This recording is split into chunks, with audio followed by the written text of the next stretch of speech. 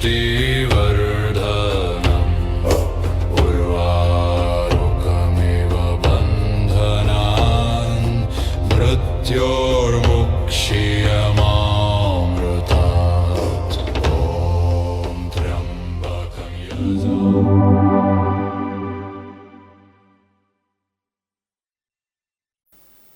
அவரவர் ஒன்றில்லை, எல்லாம் பிரம்மம். அவரவர்னு எதுவுமே கிடையாது, எல்லாம் பிரம்மம். பிரம்மம்னா பரம்பொருள். இந்த மூன்று வினையுமே யார் போக்க முடியும்? குரு மட்டும்தான் போக்க முடியும். தானா ஒருத்தர் வினையை போக்கிக் கொள்ளவே முடியாது. அந்த காலத்திலிருந்து, வேத காலத்திலிருந்து இதற்காகத்தான் ஆசிரமம்னு ஒன்று வச்சு, குரு குலம்னு ஒன்று வச்சு, அந்த குரு குலத்தில் சிறுவர்கள் போய் தங்கி குருவுக்கு பணிவிடை செய்து இதையெல்லாம் கற்றுக்கொண்டு அவங்க வாழ தொடங்கும் பொழுது சுத்தமாகவே அவங்க வாழ்க்கை அமையும். வினையே சேராது. அதாவது ஆகாமியம் சேரவே சேராது, புது வினைகள் சேராது. பழைய வினைகள் இருக்குது, சஞ்சிதம். அதுலேருந்து பிராரப்தா, அந்த பையன் பிறந்துட்டான், சீரன் பிறந்துட்டான், வாழ்கிறான். பிராரப்தா மட்டும் முடிஞ்சுக்கிட்டே இருக்கும். ஆகாமியம் சேர விடாது. ஏன்னா குரு சொல்லித்தராரு. இப்படி சொல்லி தந்துக்கிட்டு இருக்கும் பொழுது சஞ்சித கர்மா அழிந்து கொண்டே வரும். இதுக்கு மேலே நான் அதை இப்போ சொல்லக்கூடாது. அது குருவனுடைய ஒரு திருவருள்னால் அது போகும். இந்த மூன்று வினைகளும் நின்று விட்டால் சம்சாராங்கிற இந்த பிறவி சக்கரம் சுழல்வது நின்றுவிடும். இது எப்படி நடக்கும்? இந்த பிறவியில் முக்தி அடைந்து விட்டேன் அப்படின்னா ஜீவன் முக்தன்னு பேர். ஜீவன் உயிர் இருக்கு, முக்தி அடைஞ்சிருக்கு. இப்போ நான் ஜீவன் முக்தன், எனக்கு உடம்புல இருக்கு, உயிர் இருக்கு, ஆனால் நான் முக்தி அடைஞ்சிட்டேன். இதற்கு பேர் என்னன்னா ஜீவன் முக்தன். இப்போ முக்தி அடைஞ்சிட்டேன் அப்படின்னா எப்படின்னா, நானே சொல்லிக்கிறது இல்லை. அது நான் சொன்னாலும் சொல்லலைனாலும் இறை பிரபஞ்சத்திற்கும் அந்த தனிப்பட்ட ஜீவாத்மாவுக்கும் தெரியும். அவங்க தான் அது கணக்கு போடணும். இது யாரும் சர்டிஃபிகேட் கொடுத்து ஒரு முக்தி மற்றதெல்லாம் அப்படி பண்ண முடியாது. உணர்தல் அவ்வளோதான். அந்த ஜீவன் முக்தன் அது ஆன பிறகு இந்த உடல் அழியும். அந்த ஜீவன் முக்தனுடைய உடல் அவனதுன்னு சொல்ல முடியாது. அந்த உடல் பஞ்சபூதங்களால் ஆனதுன்னு காலையில் பார்த்தோமா, அந்த மண்ணுக்கு போயிடும், தண்ணியாக போகும், பிராணன் வெளியில் போகும், கலந்துருது, அழியறது இல்லை. ஒரு ஆற்றல் இன்னொரு ஆற்றலாக மாறி மாறி போயிடுது. இப்போ அந்த மனம் என்னாகும்? ஜீவன் முக்தனுக்கு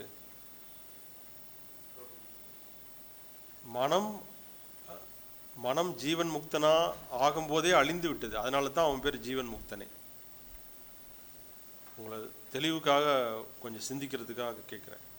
மனம் என்னமாகும் இறந்த பிறகுனா? மனம் ஜீவன் முக்தனாக ஆகும்போதே, உயிரோடு இருக்கும் போதே அழிந்து விடும். அழிந்தாத்தான் அவன் பேர் ஜீவன் முக்தன். உடம்பு மண்ணோட மண்ணா போயிடும், மனது முன்னாடியே அழிந்துடுச்சு, காணாம போச்சு. இப்ப இருக்கிறது ஆன்மா, உயிர். அந்த துளி எங்கிருந்து வந்ததோ அங்க கலந்துரும். அதுக்கப்புறம் அதுக்கு பிறவி இல்லை, ஏன்னா மனம் இல்லை. உயிர் இருக்கும் பொழுதே மனதை அழிக்கணும். உயிர் இருக்கும் பொழுது மனதை அழித்து விட்டால் அந்த மனசுக்குள்ள என்ன இருக்குது? ஏன் அழிக்க மாட்டேங்கிறோம் நம்ம? அங்கே தான் பிரச்சனை வருது. அந்த மனசில் எடுத்த உடனே என்ன வருது? ஐ, ஆங்கில எழுத்து ஐ, நான், எனது, மைன், எம்ஐஎன்இ, எனது. இந்த உடலும் மனமும் நான், இந்த உடல் எனது, இந்த மனது எனது. இதோடையே நம்ம என்ன பண்ணிடுறோம்? ஒட்டி இருக்கிறோம். இது இல்லாமல் இதுவே பெரும் தொந்தரவு.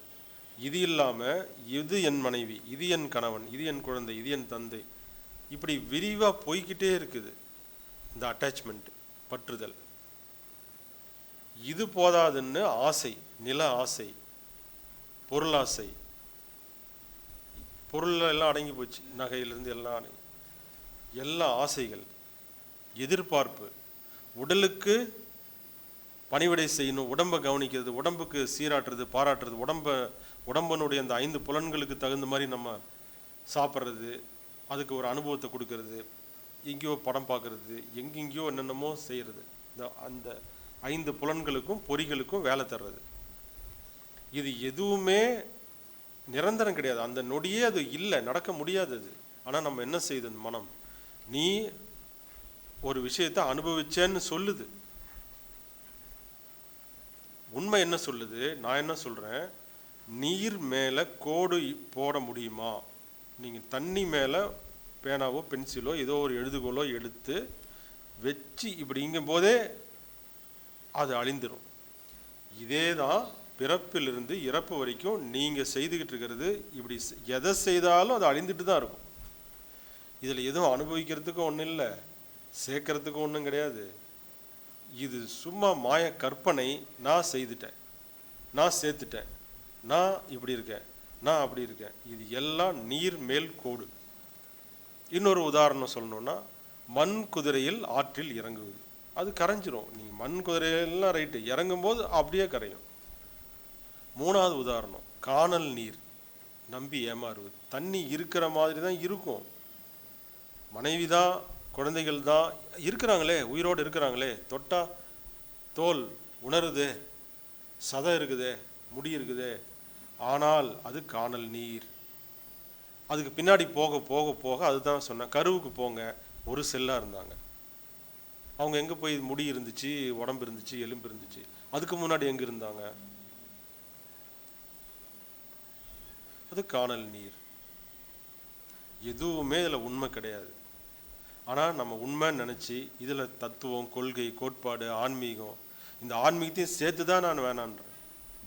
அதனால தான் நான் அன்னைக்கு அந்த வகுப்புலையும் ஆன்மீகத்தை பேசாதீங்கன்னு சொன்னேன். ஆன்மீகத்தை பேசாதீங்கன்னு சொன்னதுக்கு ஒரு 30-40 பேர் என்னை கூப்பிட்டு ஆன்மீகத்துக்கு வரேன்றாங்க. அதை நான் வேணான்னு சொல்லி இப்போ 4 பேரா பேசக்கூடாது, நினைக்கக்கூடாது, இதை உணரணும். இது பேசுறதுக்கு அல்ல. இப்போ நான் எந்த அளவுக்கு இது ஆன்மீகம் அறிவு இருக்கு, உங்களுக்கு எந்த அளவுக்கு அறிவு இருக்குது, அது அல்ல. இது அந்த தனிப்பட்ட ஜீவாத்மாவிற்கும் பரமாத்மாவிற்கும் உள்ள தொடர்பு, அவ்வளோதான். நடுவில் ஒரே ஒருத்தர் தான் அதில் வர முடியும், அவர் தான் குரு. வேற யாரும் பேசவே முடியாது.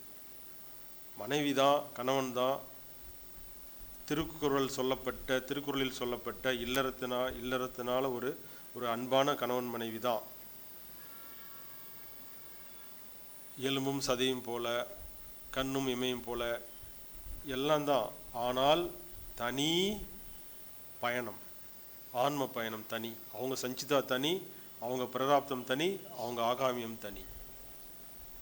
நம்ம சேர்ந்து இருக்கிறோன்றதுனால என்ன முயற்சி பண்ணாலும் சேர முடியாது. இதை குழந்தைகளுக்கு, வருங்கால தலைமுறைகளுக்கு எல்லாருக்கும் இது சொல்லணும் அப்படின்னு தான் இது. இப்போ நான் உட்காந்து உங்களுக்கு இது புரியுதோ புரியலையோ, என்றைக்காவது ஒரு நாள், ஏனென்று சொன்னால் ஒவ்வொரு மனிதனுக்குள்ளும் சிவ விதை, நான் அழைப்பது சிவ விதை. சிவன்னா நான் சைவ சமயம் அல்ல. சிவ அப்படின்னு சொன்னால் அந்த 2ஆ பிரிங்க. சி வா. சி என்றால் விழிப்பு நிலை, வா என்றால் ஆற்றல், வா என்றால் உடல், சி என்றால் உயிர். இதுதான் சிவா. சிவன்னா கடவுள். இது அந்த விதை ஒவ்வொருத்தருக்குள்ளேயும் இருக்கு. அந்த விதை தான் மூலாதாரா. அதிலிருந்து வளரக்கூடிய மலர் தாமரை. அந்த மட்டு, அது மண்ணில் தான், சேரில் தான் தாமரை வளருது. அதுதான் மூலாதாரம். நம்ம மூலாதாரம் எப்படி இருக்குது? சேரு சகதி தானே. நம்ம எண்ணங்கள் எல்லாம் தெளிவாக நல்லதாவா இருக்குது மனிதர்களது? எல்லாம் சேரு சகதி, குப்பை, அழுக்கு. ஆனால் அதில் இருக்கக்கூடிய சிவ விதை அந்த சேரு சகதியில் தான் முளைக்கும். அது ஒரு நாள் நல்ல அழகான தாமரையாக மலரும். அதனால தான் தியானத்திற்கு நான் இந்த தாமரை, சகசிராரம் சொல்றது சமஸ்கிருதத்தில், இந்த தாமரை மலரும். இந்த சகசிராரம்னா என்ன அப்படின்னு சொன்னால், தாமரைக்கு குறிப்பிட்ட இதழ்கள் இருக்கும். ஒரு முக்தி அடைந்த ஒரு மகானுக்கு 1000 இலை தாமரையாக மலர்வான். இதுதான் 1000 பெட்டல்டு லோட்டஸ் அப்படின்னு பேர். அதனால அறியாமையில் இருக்கிறது தவறு அல்ல. அதற்காக குற்ற உணர்வு நம்ம ஏற்பட தேவையில்லை. ஆனால் வருந்தணும். ஐயோ இப்படி நம்ம தெரியாமல் செய்துட்டோமே, இதற்கப்புறம் செய்ய வேண்டாம், இதுக்கப்புறம் நினைக்க வேண்டாம், இதுக்கப்புறம் பேச வேண்டாம், ஏதோ அவங்க செய்யிட்டு நம்ம எதுவும் செய்ய வேண்டாம்னு நினைக்கணும். இதில் உங்களுக்கு ஒருத்தர் கஷ்டம் தராரு. நான் சொன்னேன் கோபம் அடக்கக்கூடாது, அதை கவனிச்சிங்கன்னா கோபம் அன்பாக மாறிடும் அப்படின்னு. இப்போ கோபத்தை அடக்காமல் நான் சொன்ன மாதிரி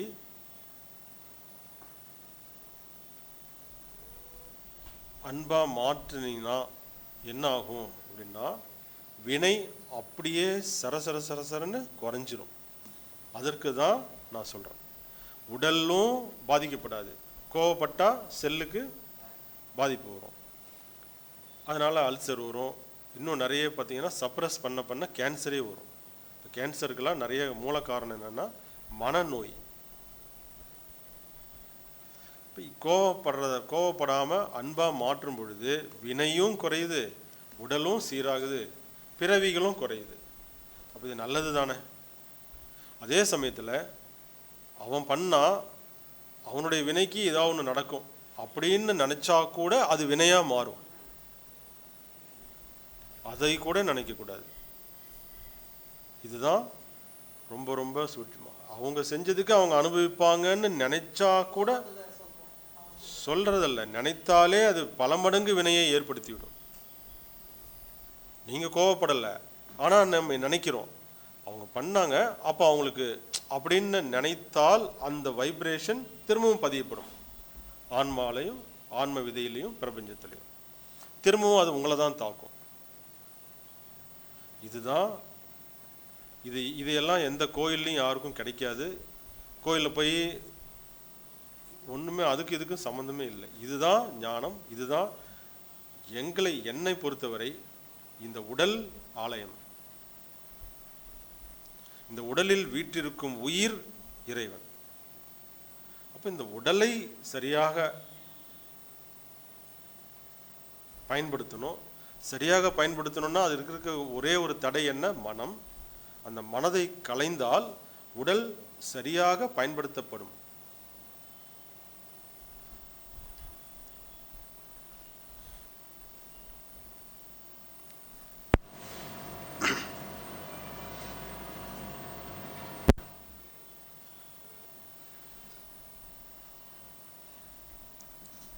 உலகில் நல்ல செயல் என்றும் தீய செயல் என்றும் வினைகளை செய்து கொண்டே கர்ம கணக்கை ஏற்றிக்கொண்டே சென்று நாமே பிறப்பு இறப்பு சுழற்சியில் சிக்கிக்கொள்ளலாமா? நம் மனம் தரும் வடிவாக, பண்பாக, இயல்பாக பொய்மையில் மாறலாமா? உனக்கு நிகழும் அனைத்தும் மனம் தரும் கனவுதான் அன்றி இதை நிஜம் உண்மை என எண்ணி இன்பமும் துன்பமும் மாறி மாறி படலாமா? உன் தியானத்தின் மூலம் உன் மனதை பார்.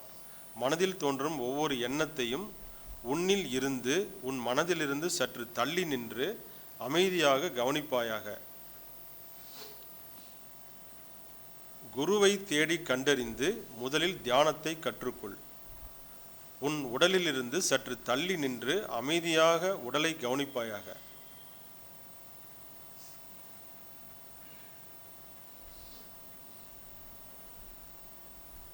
நல்லது செய்கிறேன் என்று எண்ணிக்கொண்டு உன் ஆன்மாவிற்கு கர்ம வினைகளை உருவாக்கி கொண்டே வருவது நல்லதா? நீ செய்யும் தீய செயல்கள், தீய எண்ணங்கள், தீய பேச்சுக்கள் மட்டும் உனக்கு மறுபிறவி தராது. நீ செய்யும் நல்ல செயல்களும் மறுபிறவியை தரும் என்பதை அறிந்து கொள்வாயாக.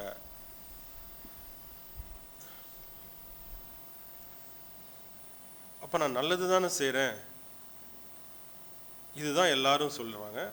நல்லது செய்கிறோமோ கெட்டது செய்கிறோமோ, நான் சொல்கிறத கவனிங்க, அங்கே நானுங்கிறது இருக்குது. அப்போ நானுங்கிறது இருக்கிற வரைக்கும் பிறவி தொடரும். சரியை, கிரியை, யோகம், ஞானம். சரியைனா பக்தி மார்க்கம், கிரியைனா கர்மா, யோகம்னா ராஜயோகம், ஞான யோகம் மற்றும் தந்திரம் என்ற தர்ம நெறிகளுக்கு உட்பட்டு ஏதேனும் ஒன்று மட்டும் தேர்வு செய்ய வேண்டும். உனக்கு ஏற்ற முக்தி அடையும் வழியை உன் குரு மட்டுமே தேர்வு செய்யும் அறிவு பெற்றவர். உனக்கேற்ற மார்க்கத்தை தெரிந்து கொண்டு அதில் நிலைத்து நின்று பயணிக்க தியானம் தேவை. எந்த வழியாக இருந்தாலும் அதற்கேற்ற தியான முறைகள் உண்டு. இந்த தியான முறைகளை கடைபிடிப்பதன் வழியாக சிறிது சிறிதாக உன் மனம் உன்னை விட்டு விலகி விழிப்பு நிலை, உனக்குள் இருக்கும் பேரறிவு ஞானம் சிறிது சிறிதாக உன்னை நோக்கி வரும். நாம் நம் மனம் அல்ல, நாம் அந்த மனதை காணும் பேரறிவு என்பதை குருவின் அருள் கொண்டு உணர்ந்து கொள்வாய். குரு உனக்குள் இருக்கும் சக்தியை உள்நோக்கி செலுத்தி உன் மனதை நீயே காணும் ஆற்றலை தருவார்.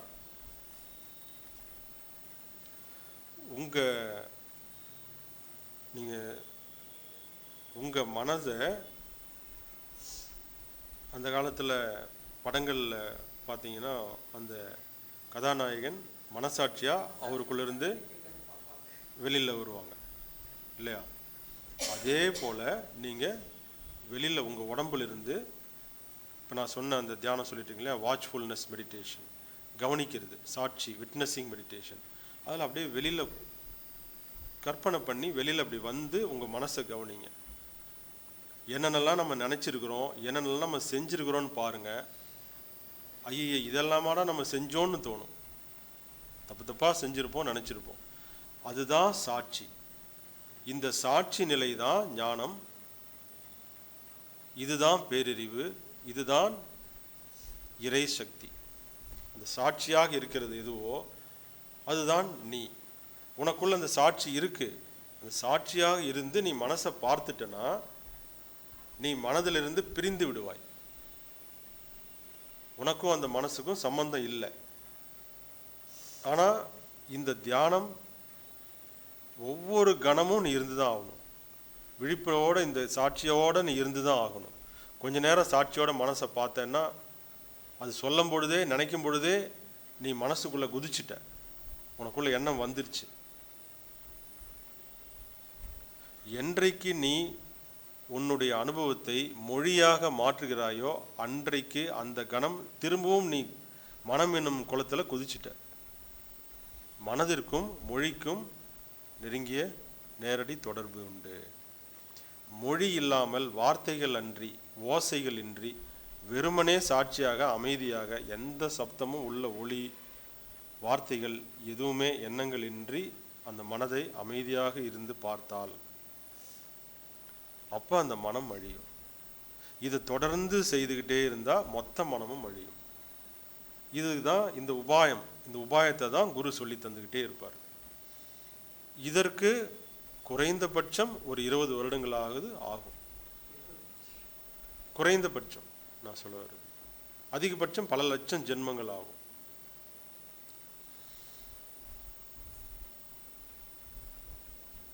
மூணு பேர் 3 மரத்து அடியில்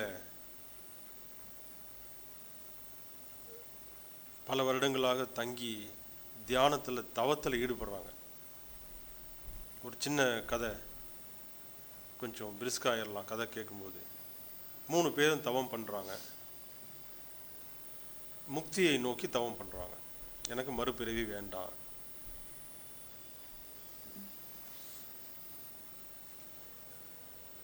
பல வருட கடும் தவம் 3 பேரும். அதனால் இறைவன் முன்னாடி வந்துட்டார்.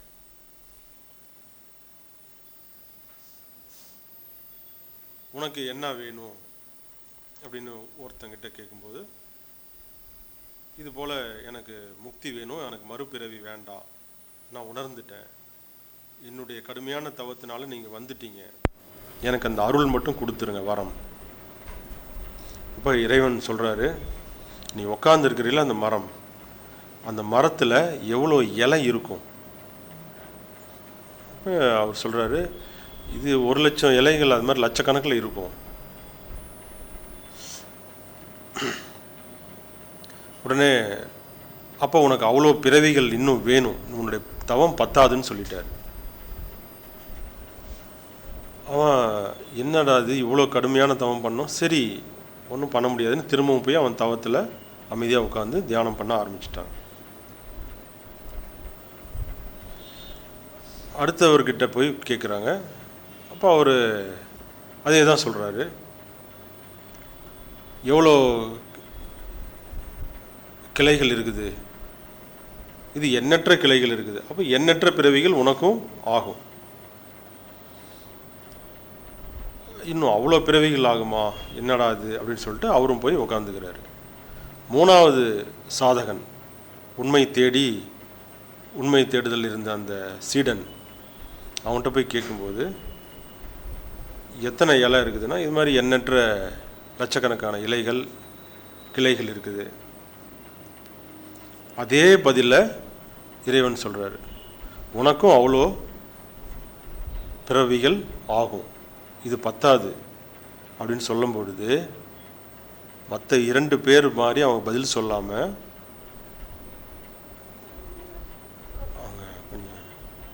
அவங்க பதில் சொல்லாமல் மூணாவது அவர் என்ன சொல்கிறாரு, சீடன், அவ்வளோ சீக்கிரம் எனக்கு கிடைச்சிருமான்னு கேட்குறாரு.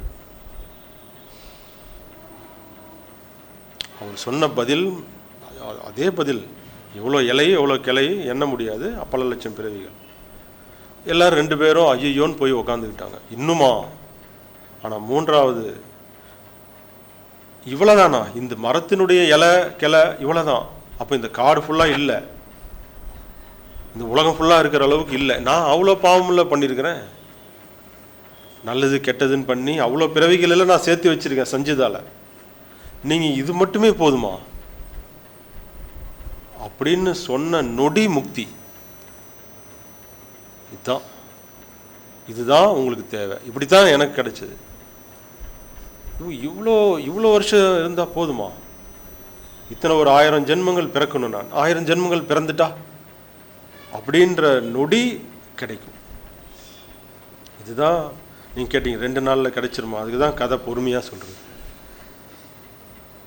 இதுதான் உண்மை, இதுதான் இறைவன் நமக்கு கொடுக்கக்கூடிய சோதனை. இந்த சோதனை இதே கதை மாதிரி வராது, ஒவ்வொரு வாழ்க்கைக்கும் வேறு வேறு கதை வரும், வேறு வேறு ஸ்டோரி அவர் எழுதுவார். அவரை விட ஒரு பெரிய கதையாசிரியர்லாம் கிடையாது, படமெல்லாம் அவரை மாதிரி எடுக்க முடியாது. அதனால தான் நான் சொல்கிறது, அது திரைப்படம். அவர் எடுக்கிற படத்தை ஜாலியாக பார்த்துட்டு போயிருங்க. உங்களை கொண்டு போய் உள்ளே நிறுத்தி அட்டாச் ஆகி எனக்கு ஏன் இது நடக்குது அப்படின்னீங்கன்னா மாட்டிக்குவீங்க.